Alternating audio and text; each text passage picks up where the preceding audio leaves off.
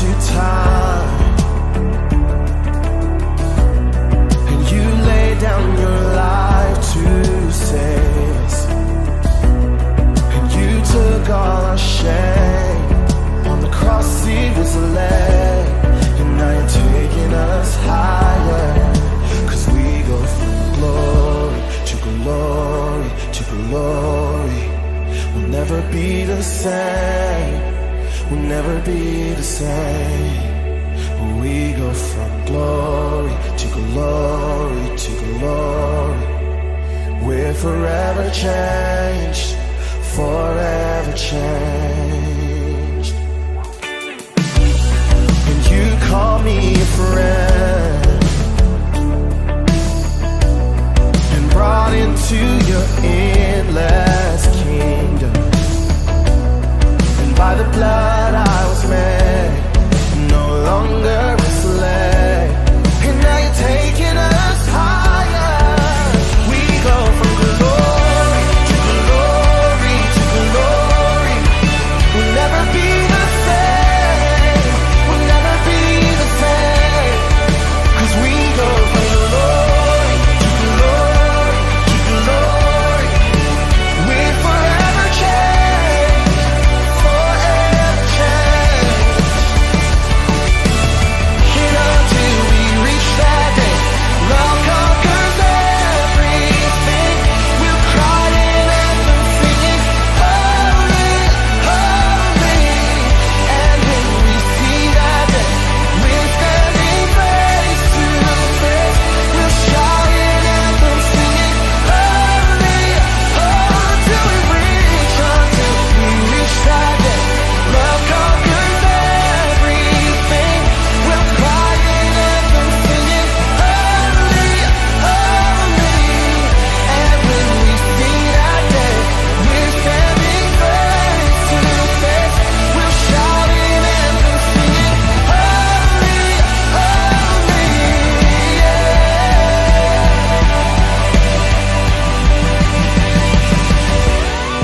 You took on the grave,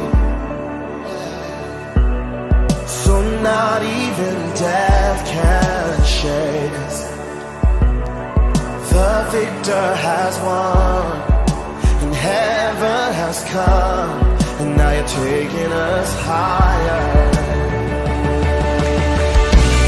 And now you're taking us higher. We go from glory to glory to glory. We'll never be the same, we'll never be the same. You take us higher and higher and higher. We're forever changed, we're forever changed, yeah. Oh, you're lifting us higher, oh, you're lifting us higher. From strength to strength, from faith to faith,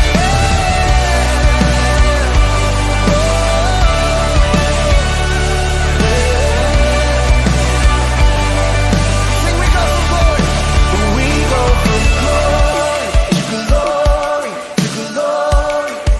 We'll never be the same, we'll never be the same. 'Cause you take us higher and higher and higher. We're forever changed, we're forever changed. We go from glory to glory to glory. We go from glory to glory to glory.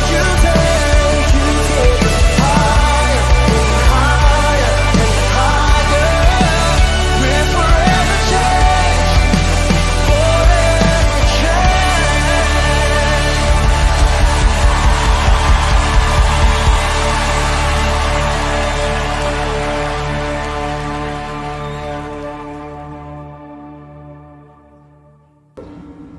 Magandang umaga po sa ating lahat at welcome po sa ating ikalawang online service sa araw po na ito. Bago po tayo mag-start, buksan po natin ang ating mga Bibles sa mga awit, chapter 22 at babasahin po natin mula po verse 22 hanggang verse 31.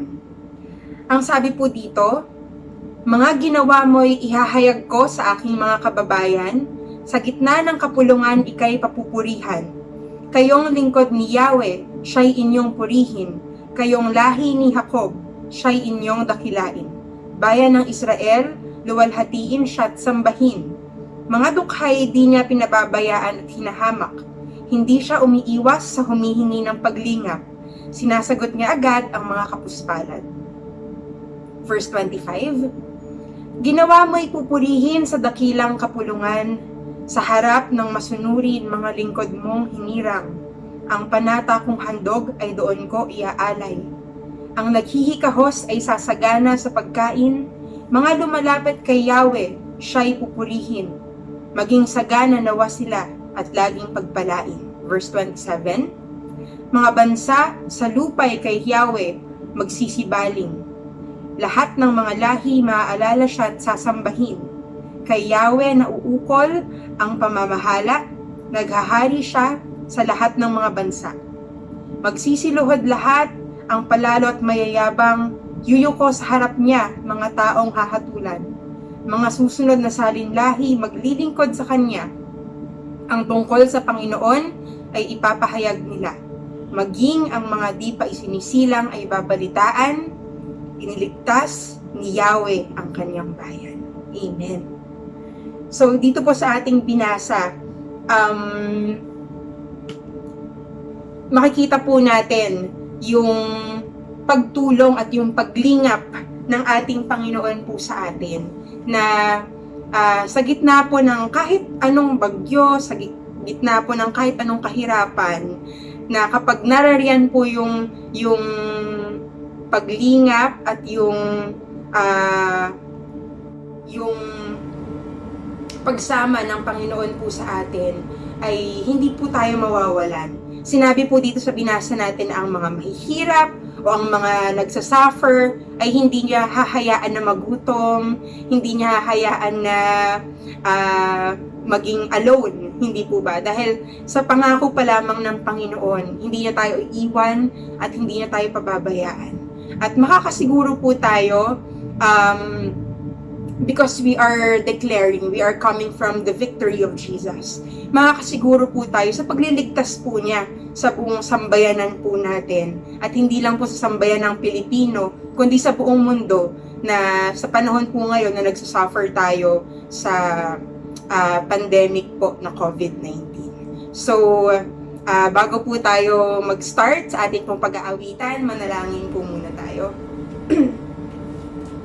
Panginoong Diyos, maraming salamat po sa umagang ito. We thank you, God, dahil patuloy niyo po kaming binibigyan ng isang magandang araw. Binibigyan niyo kami, Panginoon, ng panibagong buhay. Binibigyan ninyo kami, Panginoon, ng panibagong pag-asa sa bawat panibagong araw na dumarating sa amin, Panginoon. We also thank you, God, dahil patuloy mong iniingatan ng iyong mga anak. Patuloy mo kami binibigyan ng maayos na kalusugan at hindi kami nagkakasakit, Panginoon. Thank you so much. We also thank you, God, for all of the blessings that we are receiving. Salamat, Panginoon, sa lahat ng inyong provision. Tunay nga, Panginoong Diyos, na hindi mo pinababayaan ang iyong mga anak at ang iyong bayan. Maraming salamat sa iyo. Kaya sa oras na ito, Panginoon, ang aming mga puso ay, sa aming mga puso, Panginoon, ay dumadaloy ang papuri at pagsamba, Panginoon, na hindi mapipigil, O God. Dahil ikaw ay karapat-dapat purihin at sambahin, lalong-lalo na, Panginoon, sa panahon po na ito. Patuloy naming nararanasan ang yung faithfulness sa amin, Panginoon. That is why it is only fitting, Lord God, to give you the highest glory and the highest honor that you deserve, Lord. Kaya sa oras na ito, Panginoon, sa aming mga kani-kaniyang tahanan, kami, Panginoon, ay sama-sama awit with one voice, Lord God, to lift up your name and to glorify the name of our one and only powerful and sovereign God. Maraming salamat, Panginoon. Ito po ang aming samo at panalangin. In Jesus' name we pray. Amen.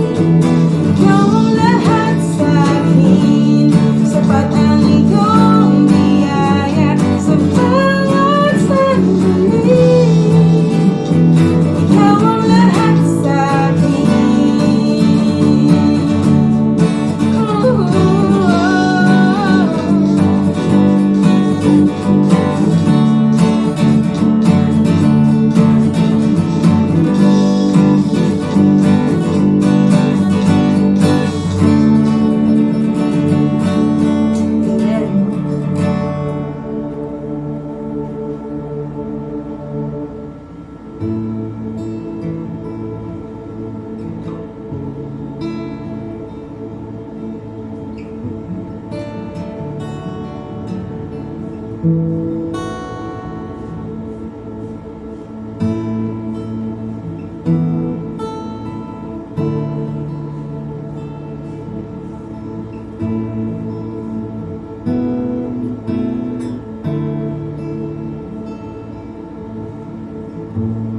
po nating sambahin ang Panginoon sa oras po na ito.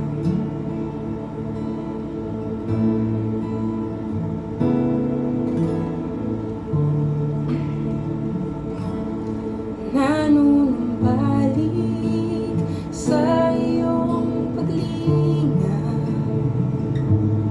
dinadalangin ang iyong pagtanggap, hinahanap ang iyong katwiran, niyayakap ang iyong kalooban. Nanunumbalik sa iyong paglinga,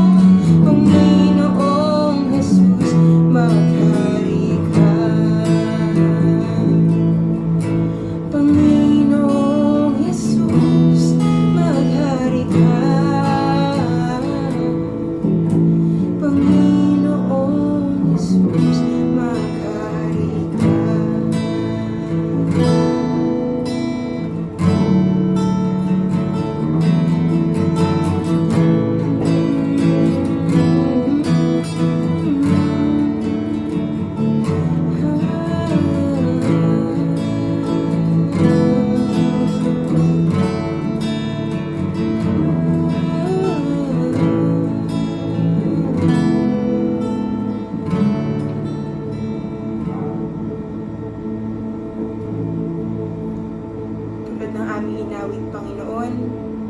Pagharian mo ang aming mga buhay. Pagharian po ninyo ang aming mga puso. Huwag ninyong kahayaan, Lord, na magkaroon ng puwang ang takot, ang pagkabahala, Panginoon, sa aming mga buhay. Bagkus, Lord, punuin mo ang puso namin ng pag-asa, ng pananampalataya at ng pagtitiwala sa iyo, Panginoon. Ikaw, Panginoong Diyos, ay nagwagi na. Kaya, Panginoon, kami, ang aasahan na lang din namin, Lord, ay pananagumpay, Panginoon, over this trial, Lord God, over this challenge. Wala kami iba, Panginoon, na maaaring asahan sa panahon na ito. At higit pa, Panginoong Diyos, sa yaman, higit pa sa kalusugan, higit pa sa pagkain sa araw-araw, higit pa sa pera, Panginoon. Ikaw ang Panginoong Diyos ang aming kailangan at minanais. Kaya, Panginoon, sa oras po na ito, punuin mo ang aming mga puso at ang aming mga buhay, Panginoon, ng katotohanan na kami ay magwawagi at mananagumpay sa sakit na ito, Panginoon. Maraming salamat po sa iyo. We give you the highest glory and we give you the highest honor. In Jesus' name we pray. Amen and amen. Magandang umaga mga kapatid sa Panginoon. Pangalawang linggo na po natin na nagsasagawa tayo ng live streaming sapagkat patuloy pa rin ang enhanced community quarantine ng buong Luzon at tayo ay masunurin po sa batas at ito lamang ang tamang paraan upang maipahayag ang pangangaral ng mabuting balita na maging kalakasan po natin lahat is para po sa hindi ito. Alam naman po natin na tayo pa rin ay nasa ilalim po ng pagsunod na hindi dapat tayo lalabas ng ating mga tahanan at kung tayo man ay kinakailangan lumabas, meron tayong mga quarantine pass. Ito ay isang krisis na kinaharap natin at ito ay pansamantala lamang. Subalit ay bagamat ito ay isang krisis, ang ibig sabihin may mga kahirapan tayo na nararanasan. Krisis din ito sa atin, sa ating pong mga pagpupulong o sa ating mga panambahan kasi hindi po kayo makapunta dito sa ating pong lugar ng panambahan. Kaya isa po itong krisis sa buhay at minsan ang may mga tao na wala na silang mga pambili ng pagkain at inaayuduhan na lamang po ng ating pong mahal na gobyerno ang mga pasamantalang sa pangangailangan kagaya ng pagkain at gamot. Patuloy po natin ipanalangin ito na ang krisis na ito ay matapos na. Krisis sa kalusugan at krisis sa hindi tayo makakilos ng maayos krisis din po sa kakulangan ng ating mga pambili sa pangangailangan natin. Ngayong umaga, kung inyo itong ipapahintulot na makinig po tayo sa pangangaral na ito na napapanahon po sa atin. Paano ba natin haharapin ang ating mga pangkasalukuyan na krisis po sa buhay? May dalawa po tayo na krisis na tinitingnan po natin. Yung kalusugan po natin is may kahirapan po tayo ngayon sapagkat alam naman natin ang COVID-19 ito ay isang virus na hindi natin nakikita at ito ay maaaring maipasa anumang oras at anumang pagkakataon. Krisis din sapagkat hindi tayo makagawa ng ating mga trabaho, ng mga pang-araw-araw nating trabaho upang tayo ay magkaroon ng salapi na siyang magagastos po natin sa pang-araw-araw. Krisis din na hindi tayo makapunta sa dapat natin napuntahan. Kaya nga po ang nasabi ko sa inyo na kagaya ng aras panambahan. So kaya ito yung ating tampok sa pangangaral po sa umagang ito.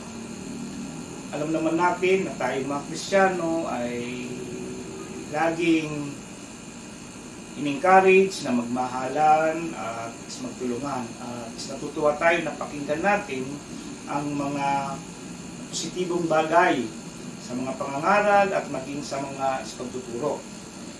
Naalala natin na pag may mga dumadaan na kahirapan sa buhay po natin ay gusto natin na mapakinggan yung mga positibong bagay na sinasabi ng Biblia sa pamamagitan ng mga ngaral.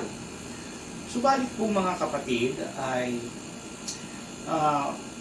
tayo ngayon ay humaharap sa totoong krisis na ito, hindi lamang po sa bansa po natin, hindi lang sa isla ng Luzon at maging sa buong isla ng Pilipinas at maging sa ibang bansa. Napakaraming mga namamatay, nagkakasakit at maging sa atin. So, ito ay matinding krisis sa buhay po natin na paano ba natin ito haharapin at paano ba natin ito na malalagpasan is mapapangasiwaan. Sa Biblia, ang mga susing talata na bibigyan natin ng pansin ay matatagpuan natin sa Matthew chapter 14 verses 22 hanggang sa mga susunod na mga talata. Nais ko po na basahin po ito sa inyo. Immediately Jesus made the disciple get into the boat and go on ahead of him to the other side. While he dismissed the crowd, after he has dismissed them, he went up on the mountainside by himself to pray. Later that night, he was there alone, and the boat was already a considerable distance from land, buffeted by the waves because the wind was against it. Shortly before dawn, Jesus went out to them, walking on the lake. When the disciples saw him walking on the lake, they were terrified. "It's a ghost," they said, and cried out in fear. But Jesus immediately said to them, "Take courage. It is I. Don't be afraid." "Lord, if it is you," Peter replied, "tell me to come to you on the water." "Come," Jesus said. Then Peter got down out of the boat, walked on the water, and came toward Jesus. But when he saw the wind, he was afraid and beginning to sink. Cried out, "Lord, save me." Immediately Jesus reached out his hand and caught him. "You of little faith," he said, "why did you doubt?" And when they climbed into the boat, the wind died down. Then those who were in the boat worshipped him, saying, "Truly you are the Son of God." Sa mga talatang ito ay napakaganda po na bigyan natin ng pansin at ito yung pagtutuunan po natin upang maintindihan po natin na sa panahon ng krisis, mga kahirapan, at ito, ang sabi ko nga po ay pansamantala lamang na dapat nating maipanalangin upang ito ay sa lalo madaling panahon ay matapos na ito agad. Bigyan po natin ito ng isang pansin ng pangyayari nito sapagkat marami tayong makikitang at makakapulutang mga prinsipyo kung paano po natin kung ano ang gagawin po natin sa panahon ng dumaranas tayo ng mga kahirapan, mga pagsubok, ng mga kakulangan, at limitado ang ating mga oras at ang ating mga galaw. Ito ay tinatawag po natin na krisis. May isang halimbawa na makikita po o nararanasan natin lahat na kung tayo ay mga naging mag-aaral, hindi ba bilang isang mag-aaral is dumarating ang panahon na lalo na kung ikaw ay hindi nakapag-aral maigi o nakapag-review ka ng mga dapat mo na i-review at pag dumating na ang ang tinatawag na final test or examination, ay natatakot ka. Kinakabahan ka, lalo na kung ikaw ay hindi handa. Bilang isang mag-aaral, ay wala namang nag-aaral na hindi siya dumaranas sa examination, sa pagsubok, o yung tinatawag na testing. Ano ngayon ang naobserbahan natin pag sa panahon tayo ay nagte-test or nag-exam. Natatakot tayo.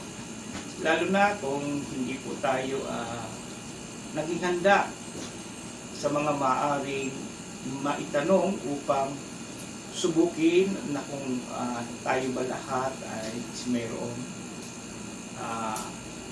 nalalaman sa ating mga pinag-aralan. Pagsubok sa ating buhay ay dumarating din. At kung tayo ay hindi handa, is kagaya ng krisis na ito, na maaaring sabihin po natin na pagsubok natin lahat, pagsubok ng bansa, pagsubok ng lahat ng mga grupo at maging ang mga Kristiyano. Dumaraan tayo dito at tinawag po natin ito na krisis sa kalusugan at sa pangangailangan ng pang-araw-araw na pinibuhay. Humaharap tayo ngayon, tinetest tayo ngayon. Ano ba ang dapat natin po gawin? Tayo ba dapat ay matakot sapagkat hindi tayo nakapaghanda? Tayo ba dapat ay gumawa ng mga bagay na hindi kalugod-lugod? O napabayaan na lang ba natin ito? O kaya naman tayo ay pag-isipan natin maigi na kung ano ang dapat po natin na gagawin. Now, sa panahon ng mga pagsubok o tinatawag na krisis, ito rin ang oras at pagkakataon na ma-establish natin ang ating mga kaganapan. Ang ibig ko bagang sabihin sa Ingles is when the time of crisis is being done, it is the greatest time, the greatest opportunity and place to establish our maturity. Ito yung panahon na dapat na susubukin na kung tayo baga ay malalakas na Kristiyano, matitibay na Kristiyano, mga ganap na Kristiyano. Natandaan natin sa verse 22 at sa 23 na ang ating Panginoon ay, sabi niya, nauna po siya at iniwanan niya ang kanyang mga alagad na unang pumunta doon sa kabilang pampam ng lawa at doon sila magkita-kita. At ang ating Panginoon naman ay humiwalay po sa kanila upang manalangin magdamag. At nakikita natin na ang ating Panginoon kasama natin na kahit na kasama natin ang Panginoong Hesus kagaya ng mga disciple na ito kasama nila ang ating Panginoon, subalit sa panahon na dumana sila ng mga ng tinatawag na pagsubok, ng krisis na kinakatakot nila na baka sila ay ismapaano sa kanilang paglalakbay sapagkat ismanandalian na humiwalay ang ating Panginoon. At natatandaan natin, ang ating Panginoon ay nasa lahat ng dako. At itong mga disiplong ito, panandalian mang iniwan ng Panginoong Hesus, pero nakikita natin na ang Panginoon ay nagsusubaybay sa kanila. Kaya nung sila ay nasa gitna ng lawa, ay napansin nila na mayroong isang lalaki na lumalakad sa ibabaw ng lawa, napagtagpo nila ay ang Panginoong Hesus. Ang kanilang master pala ang lumalakad na yun. So, pagpapakita na hindi tayo iniiwanan ng Panginoon pag sa panahon na tayo ay mayroong dinaraan ng mga krisis o mga problema sa buhay. Pagkatandaan po natin ang sinabi ni Apostol Pablo sa unang Corinto, or sa 1 Corinthians chapter 10 verse 13, ang sabi niya ay ganito: "No temptation has overtaken you except what is common to mankind." Ibig sabihin, nararanasan po natin lahat ito. Huwag po natin isipin na ito'y lamang ang nakaranas ng matinding krisis sa buhay. Kapatid, kung sa panahon na ito, sinasabi mo wala ka nang makain, o hindi mo na alam kung ano ang dapat mong gawin, pagkatandaan mo, mayroon pang mga higit na pangyayari sa nangyayari po sa buhay mo ngayon. Sapagkat lahat ito ay isinararanasan natin na ayon po sa sinasabi ng Apostol Pablo. At sa aking pagpapatuloy, at ang Diyos ay matapat, ang sabi niya, and God is faithful. He will not let you to be tempted beyond what you can bear. Alam ng Panginoon kung hanggang saan tayo. Ang krisis dito sa kalusugan at sa pangangailangan natin, ang enhanced community quarantine, alam ng Panginoon kung hanggang saan po tayo. At kung di na natin kaya, ang sabi na ng ating Panginoon, but when you are tempted, He will also provide a way so that you can endure it. Merong ibinibigay na kaparaanan ng Panginoon pagka hindi na po natin ito na kaya po nidali.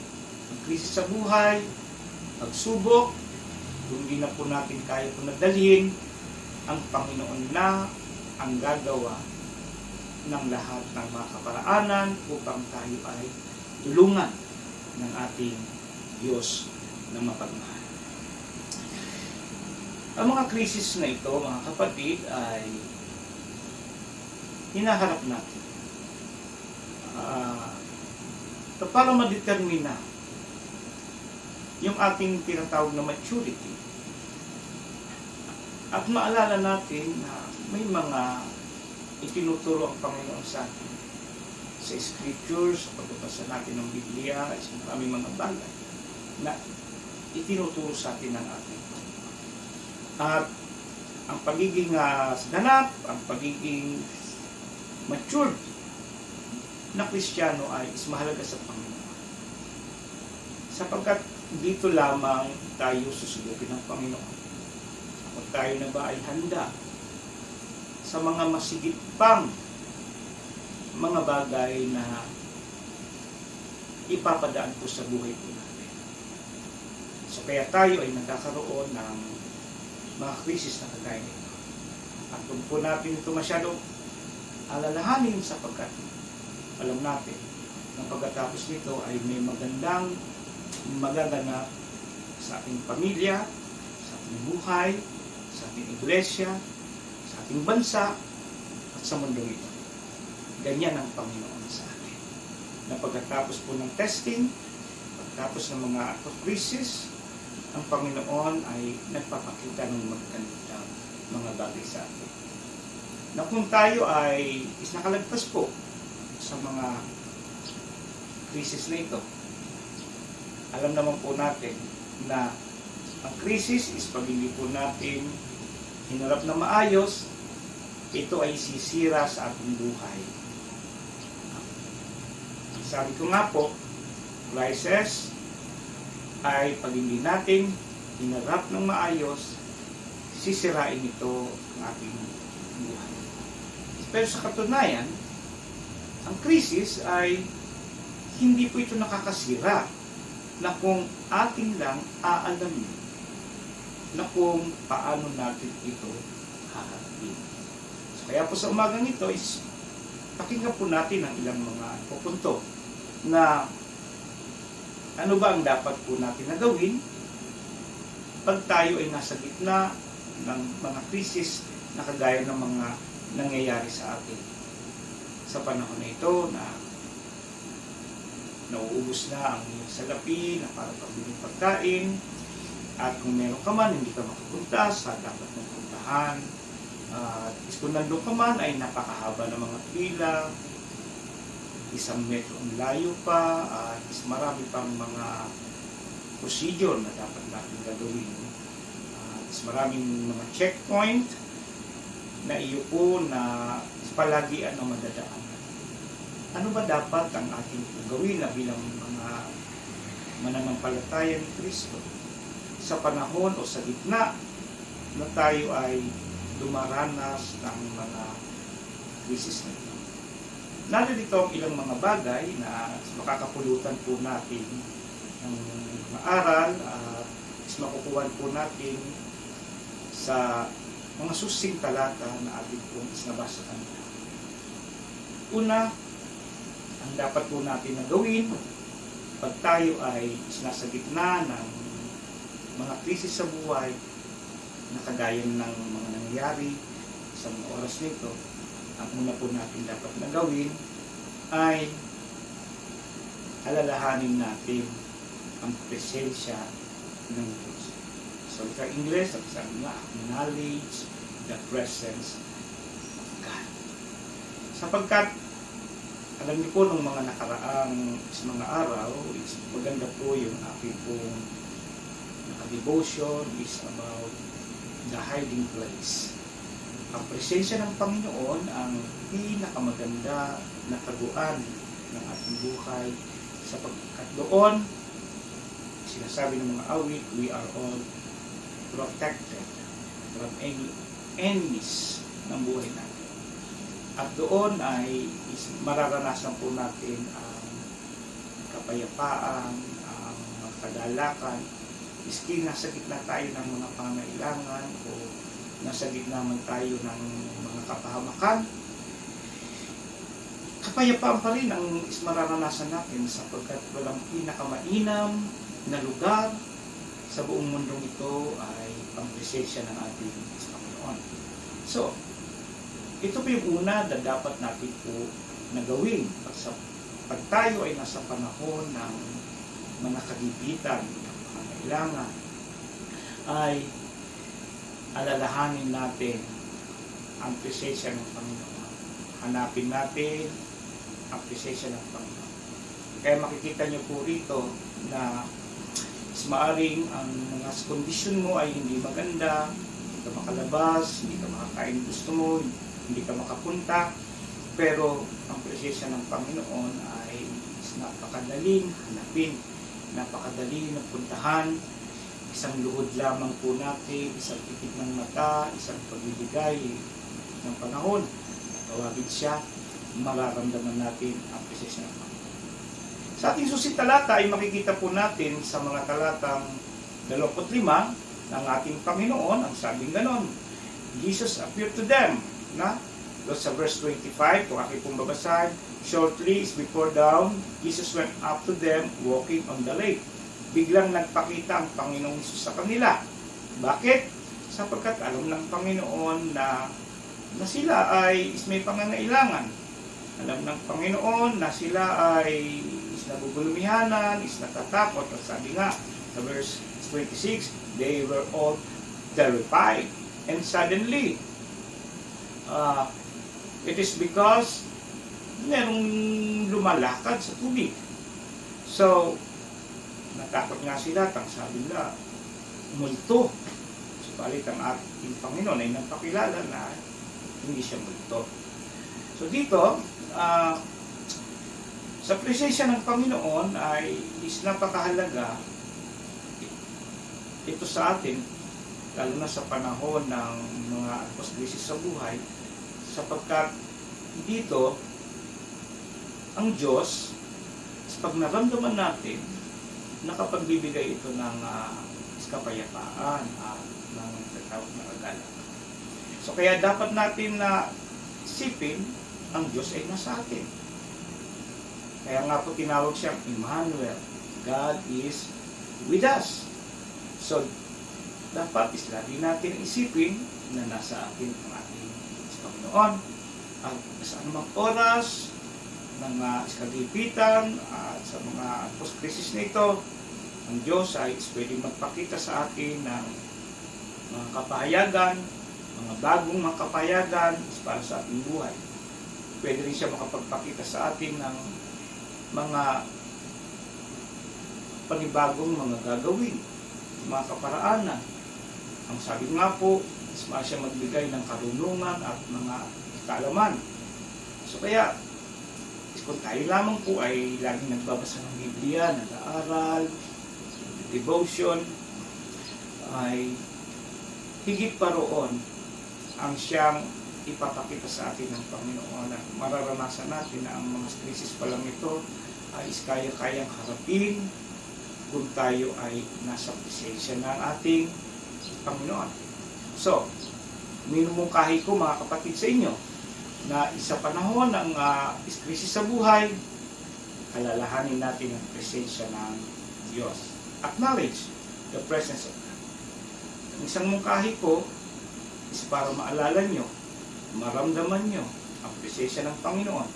Ikaw ay manalangin, magbasa ka ng Biblia, at sa loob ng tahanan is maaari tayong magkaroon ng cell group. Subalit, iwasan natin yung magkakalapit tayo. At pagtapos na ang mga krisis na ito, babalik tayo sa simbahan. Panataliin naman natin na tayo maging tapat sa ating pagdalo, sa ating mga gawain. Sa pamamagitan ng mga bagay na iyon ay mahahanap natin at matatagpuan natin ang presensya ng Diyos. At kung tayo ay nasa loob ng presensya ng ating Panginoon, makakaranas po tayo ng kapayapaan, ng kagalakan, ng pag-asa, at ang mga krisis sa buhay na panandalian lamang ay ito ay matatalo o hanggang sa ito ay mawala. So sa verse 26 ay matunghayan natin na sila yung mga natakot. They were all terrified and cried out to God. So, natakot sila. Sa ating pagkatakot, minsan hindi na natin alam kung ano ang ating mga gagawin. Kagaya nung natakot itong mga disipulong ito, hindi na nila alam kung ano ang kanilang dapat na gawin, sapagkat para silang nakakita ng multo. Alam niyo po, pag sa panahon ng krisis at tayo is matatakot, hindi po tayo makapag-isip ng magagandang mga kaparaanan. At mapansin mo ang isang tao na takot o natatakot ay walang ginawa kundi matakot lamang, sumigaw lamang, mag-hysterical lamang sapagkat natatakot. Nagkakaroon ng katar na pangamba. Ang takot ay nakapagbibigay ng pangamba. Ang takot ay hindi nakapagbibigay ng maayos na kaparaanan at pagpus ito ay nakakasira pa sa sitwasyon ng buhay. Pero kikita mo, pag tayo sa panahon ito krisis is matakot tayo, mag-hysterical tayo, sabi nga is ma-terrified, is magulantang tayo, wala tayong maiisip na magandang mga bagay na makapagbibigay sa atin ng magandang buhay. Kahit na tayo ay nasa gitna ng krisis sa ngayon, kung hindi lang tayo matatakot, marami tayong magagawa sa bahay. Maaaring ang iba sa inyo ay nalabhan na lahat ang dapat nalabhan. Ang iba naman ay kahit nasa bahay ay nakapagtatrabaho. Iba naman ay nakapagkukumpunin ang dapat na kumpunin sa bahay. Hindi sila natatakot at natutuwa pa sila. Ang iba naman sa mga natatakot ay wala nang ginawa, is kung hindi lagi natingnan ng balita, laging tingnan ng checkpoint, at is laging magkwentuhan kung anong mga mangyayari pa sa mga susunod na siyang ikakatakot nila. Kami nga dito na kami ay ispasamantalang dito sa aming simbahan at nakikita namin ang checkpoint. Wala na kami na ginawa, oras at gabi, araw-araw ay panoorin ng checkpoint. Sa tuwing dudungaw kami sa bintana, nagkakabiruan na kami, may checkpoint pa ba? So hindi naman mawawala ang checkpoint. So, isang nga nagkakabiruan kami, hindi ba dapat check up yan? So, ano man yun ay nagkakatawanan na lang kami. Ang mga kasama na nga natin ditong manggagawa ay marami na silang mga natatapos na gawin sa ating iglesia. Kaya huwag po tayong matatakot. Sapagkat pag natakot po tayo, makapagre-resulta lang ito ng galit at hindi po tayo makakagawa ng magandang bagay. At sa presensya ng Diyos, malalaman po natin na tayo ay nasa ilalim ng Kanya pong pangangasiwa. Sabi nga po, in the presence of God, we know us that He is in control. Mga kapatid, magsabi kayo ng Amen. Pag tayo nasa presensya ng Diyos, kontrolado niya ang lahat. Hindi kanya gugutumin. Magiging masaya ka at hindi ka matatakot. Kagaya rin ng mga disipulo nung nalaman nila na ang Panginoon pala ang naglalakad sa tubig. Nawala ang takot nila at bagkos lumakas pa ang kanilang loob. So ipagkatandaan po natin sa presensya ng Diyos, siya ang nagko-control, under control ang lahat ng mga sitwasyon. Hindi man tayo makalabas, under control ng God yan. Hindi man tayo makabili ng mga dapat na pagkain na kailangan natin, under control ng Panginoon yan. Alam niya kung kailan yan matatapos at hindi dapat tayo magkamali. Kaya ito sabi sa verse 27, Jesus said, don't be afraid. So sinabi ng Panginoon, sa panahon ng mga pangamba, sa panahon ng mga krisis sa buhay, don't be afraid. Sabi mo nga sa katabi mo, huwag kang mag-alala. Don't be afraid. Wala ka ng pera ngayon, don't be afraid. Hindi ka makalabas, don't be afraid. Huwag mong alalahanin masyado ang mga darating na bukas. Kaya sabi ng Panginoon, alalahanin ang bukas. Hayaan mo na ang bukas na mag-alala sa kanyang panahon. Tingnan natin, yung panahon ngayon, dapat tayo ay nasa presensya ng Panginoon. So dahil nga doon, huwag kayo mag-alala. Ay, hindi nga nag-alala ito si Pedro. Kaya sabi niya sa verse 28,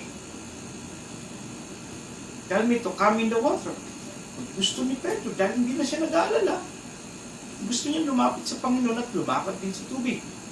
At sabi naman ng Panginoon sa kanya sa verse 29, halika, halika, lumakad ka, lumapit ka. Mga kapatid, kung tayo ay mga naniniwala at mananampalataya, mga disipulo ng ating Panginoon, sinabi ng ating Panginoon Jesus, huwag kang mag-alala. At kung ating nakikilala ang ating Panginoon, hindi tayo mag-aalala. Kagaya ni Pedro na nawala panandalian ang pag-aalala. Lumapit siya, nakapaglakad ng mga ilang hakbang. Papunta sa Panginoon sapagkat hindi siya nag-aalala sa panahon na yun. Subalit, nakita natin ba't lumubog si Pedro? Sa talatang 30 ay meron na namang another crisis na okay na sana, lumalakad na siya, papunta sa Panginoon kasi nakatingin siya sa Panginoon. At kung tayo lamang ay nakatingin sa Panginoon, tayo ay makakalakad sa gitna ng mga pagsubok, sa gitna ng pangangailangan, sa gitna ng krisis sa buhay. Pag tayo ay nakatingin sa Panginoon, pag tayo nasa presensya ng Panginoon, makakalakad po tayo sa gitna ng pagsubok ng buhay. Subalit, dahil tayo ay sinawala, o ito si Pedro, nawala ang pagtingin niya o ang pagtingin niya, ang pagtuon ng pansin niya sa Panginoong Kristo. At tinignan niya naman ang another crisis, ang mga hangin, ang mga alon sa paligid, siya ay unti-unting lumubog. Nawala ang kanyang pananampalataya at ang mga krisis sa buhay niya ang nagpapalubog po sa kanya. Sa ating buhay, kung ang titingnan lamang natin ang enhanced quarantine na ito, ang hindi natin paglabas, sa palagay ko is patuloy po tayong lulubog at papahirapan ng krisis na ito. Kagaya ni Pedro, tumingin siya sa hangin, sa lakas ng hangin, sa mga nagtataasang mga alon, at muli na naman siyang natakot. Ganon din po sa ating mga kapatid. Na kung tayo ay titingin sa pangangailangan natin, sa bigas, sa pagkain, sa salapi, o sa mga pupuntahan natin, hindi natin magawa. Patuloy tayo natatakutin ng krisis na ito. At patuloy tayo nalulubog. Walang kapayapaan, hindi tayo magiging masaya. So, sana nakakuha tayo ng aral na ito. Na sa panahon, ano ba ang gagawin natin? Pag sa panahon, nasa gitna tayo ng krisis, alalahanin natin ang presensya ng Panginoon. Pagkatandaan natin, ang ating paglakad ay dalawang bagay.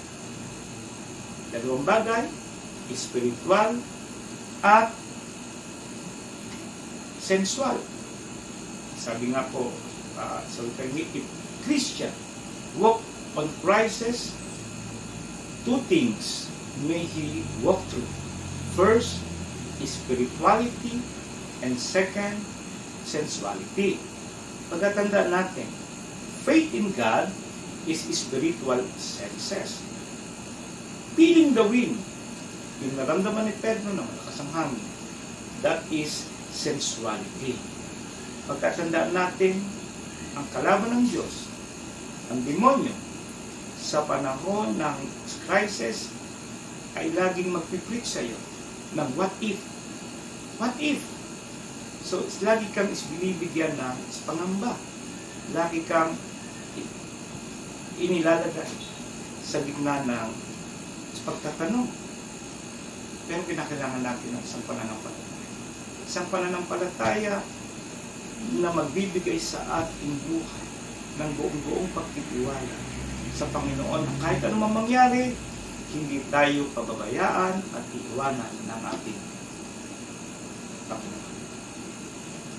Pangalawa, na dapat po natin na gawin pag tayo ay nasa panahon ng mga bagay na ito, ng mga krisis na ito. Ang una, sabi ko nga po sa inyo, acknowledge the presence of God.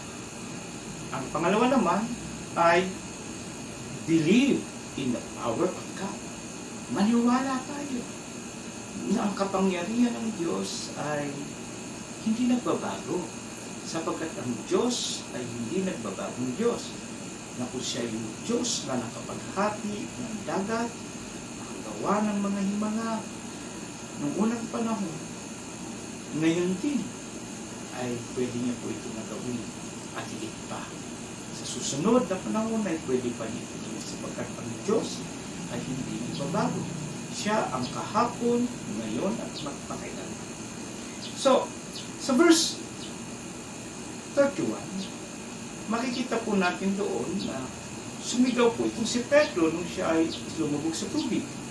Sabi niya, Lord, save me. Tulungan mo ako.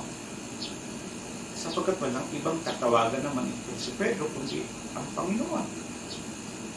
Sapagkat alam niya ang Panginoon ay nasa bago ng tubig, anong oras ay pwede siyang ligtas ng ating Panginoon. Alam niyo po, ang Panginoon ay nag-i-invest ng kapangyarihan niya sa atin upang ang mga mananampalataya niya na nagtitiwala sa Kanya ay maranasan din ang mga kapangyarihan na ito. Inilagay ito sa atin, sa ating pananampalataya. Na kung may sapat lamang tayo pananampalataya, ang sabi nga po niya, sa mga nabasa natin sa Biblia, higit pa sa ginagawa niya ang magagawa natin. Pero sa panahon na ito, pagka ikaw ay lumiliit, nawawala, nanghihina ang iyong pananampalataya, sabi nga po, hindi ito gagana sa ating buhay at patuloy tayo nalulubog, matatalo at mabibigo. So, kinakailangan naman ang palataya tayo sa kapangyarihan ng Diyos na siya ang Diyos na magagawa niya ang lahat ng bagay. Sa atin, maaaring magaling kang tao, maaaring marami kang nalalaman, pinag-aralan, maaaring matimulo ang iyong pangangatawan, malakas ka, kaya mo magbuhat. Subalit lahat ng yan may hangganan at hindi kayang ikumpara sa kalakasan at kapangyarihan ng ating Diyos. sapagkat kapangyarihan ay hindi nagmamahal. Siya ay may magagawa sa iyo sa panahon ng ating pong mga pamilya. Sa panahon ng krisis nito, siya ay may magagawa po sa atin. Manampalataya lang. Tumawag lamang tayo sa Panginoon. Kagaya ni Pedro, Lord, save me. Siya ay nasa kalalagayan ng wala na siya naasahan, kundi ang ating Panginoon. So, kagaya po ngayon na hindi tayo makalabas at maging kami hindi rin makalabas at yung pangangailangan din ng simbahan po natin hindi po natin matugunan sapagkat hindi tayo nagkakatipon-tipon at hindi po tayo nakapaglalagak ng ating mga handog, ng ating mga ikapo. Kaya iminumungkahi ko po na maging tapat tayo sa Panginoon. Kung kaya niyo po na maipon yan at is maipadala pag sa panahon tayo ay magkakatipon na o kung kayo naman ay pinakausap ng Panginoon is maraming kaparaanan is pwede niyo pong ihatid dito yan sa ating iglesia sapagkat lahat tayo is may pangangailangan is nananampalataya sa Panginoon. Hindi tayo is nananamba sapagkat ang Diyos, kagaya ni Pedro, sabi niya, Lord, save me. Alam naman ng Panginoon na tayo iligtas ng Panginoon sa anumang mga bagay na mangyayari sa atin. Alam niyo pong pinaka-password po natin pag sa panahon na tayo ay nagkakamali sa Panginoon at hindi tayo nakapagbibigay ng expansion sa Diyos. Lord, save me. Sapagkat hindi natin alam ang mga mangyayari sa krisis na ito. Hindi natin alam, maraming mga fake news na siyang binabalita at maging kayo mga Kristiyano ay nadadamay sa mga fake news na ito. Kaya minumungkahi ko na basahin niyo po muna maigi at alamin niyo muna kung may katotohanan ang mga bagay nito. Kagaya niya na matatakot na naman tayo kung palawigin ng ating gobyerno at tapos buong Pilipinas na ay that is a fake news. So ang mahalaga ano man ang mangyari, maniwala tayo sa kapangyarihan ng Diyos na may magagawa sa atin at tayo ililigtas ng Panginoon sa mga pangyayari ito. Pagkatandaan po natin sa panahon na nararamdaman natin na tayo ay lumulubog, nawawala na pala ng palataya. Lord, save me. Pag nakikita mo ang yung mga bigas, wala ka nang masaing, Lord, save me. Pag wala ka ng pera, Lord, save me. Pagka ikaw is nangangamba, Lord, save me. Sapagkat ang kapangyarihan ng Diyos may magagawa po siya. Ang pagtatlo mga kapatid ay let's go back to the purpose of God. Yung una na nabanggit ko po sa inyo is the presence of God. Ang pangalawa naman ay the power of God. At ang pagtatlo is the purpose of God. Sa panahon ng ating krisis sa buhay, maaaring magkakamali tayo sapagkat hindi natin na-acknowledge ang presensya ng Diyos. Hindi tayo naniniwala ng gusto sa kapangyarihan ng Diyos. Lulubog tayo. At sisigaw na naman tayo, Lord, save me. At tutulungan na naman tayo ng ating mahal na Panginoon. Now, pag tinulungan tayo, ang sabi sa verse 32 ay, and when they climbed into the boat, the wind died down. Nung umakyat na sila o nung naiakyat na itong si Pedro doon sa bangka, sabi ganon, ang hangin ay nawala. The wind died down. Sapagkat naibalik na siya doon sa bangka. Now, anong kabuluhan ito sa atin? Tayo mga Kristiyano, pag sa panahon ng mga krisis sa buhay, umaalis tayo doon sa layunin ng Diyos. Nababago yung buhay natin. Nababago yung pinaka-direction natin because we're all terrified. kanya-kanya tayo. Nawawala tayo sa layunin ng Diyos. At pag nawala ka sa layunin ng Diyos, lulubog ka. At ngayon tatawag ka, Lord, save me. Ibabalik ka na naman ang ating Panginoon sa bangka. At ang layunin nun, kung ba't binalikan ng Panginoon sa bangka, upang ganapin mo yung layunin ng Diyos. Si Pedro ay naibalik sa bangka upang tapusin na nila yung layunin ng Panginoon. Alam niyo po, the very goal of crisis of life is not to destroy us, but is to find and to fulfill our purpose of life. Narito tayo bilang mga Kristiyano na nasa ating iglesia, sa Christ Believer Fellowship. Huwag tayong isumayo sa Diyos. Sa panahon ng krisis na ito, pagbulay-bulayan natin.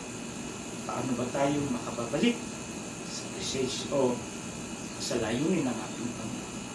Unang, sabi ko nga po, acknowledge natin yung presensya ng Diyos, maniwala tayo sa kapangyarihan ng Diyos, at bumalik tayo sa purpose ng Diyos, yung layunin ng Diyos sa ating buhay. Ano ba ang layunin ng Diyos sa ating buhay? Dumarating ang mga pagsubok na ito sapagkat gusto pa ng Panginoon na patatagin niya ang simbahan. Patatagin ka niya. Nagampanan natin. Nagampanan mo ang layunin ng Diyos. Ano ba yung layunin ng Diyos? Na ang buhay na ito ay makapagligtas din ng marami pang mga buhay. Pagkatandaan natin. Kung bakit pa tayo naririto? Sapagkat marami pang mga tao ang dapat po natin ihatid sa paanan ng Panginoon.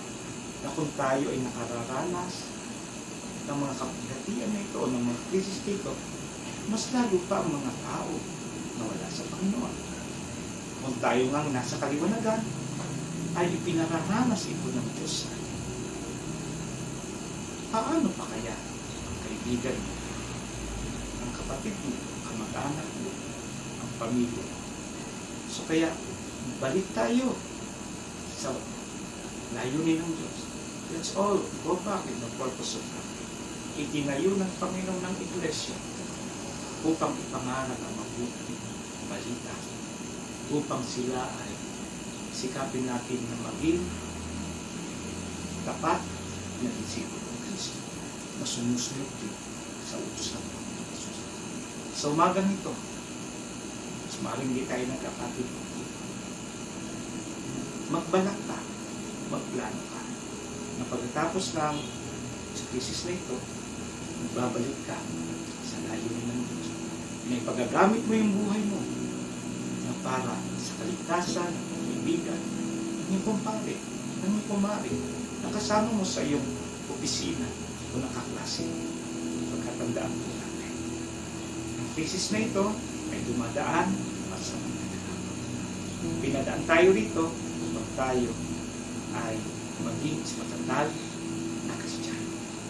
So magang ito, nagpapasalamat ako sa pakikinig mo at kung sumabay ka sa pakikinig na ito, isama mo na rin na maipanalangin na matapos na ito at maibalik ka natin sa normal ang ating pagpupuri at pagsamba sa Panginoon.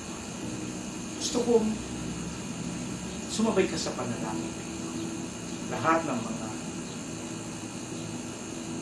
kapatid natin sa pananampalataya, sa simbahan ito, sa Christ Believers Fellowship, tayo manalangin sa Panginoon. Dakilang Diyos na banal, maraming salamat. Binigyan niyo po kami ng pagkakataon na muli kami ay makapakinig ng isang pangangaral para sa makapatiran po namin na hindi makapunta sa lugar ng panambahan.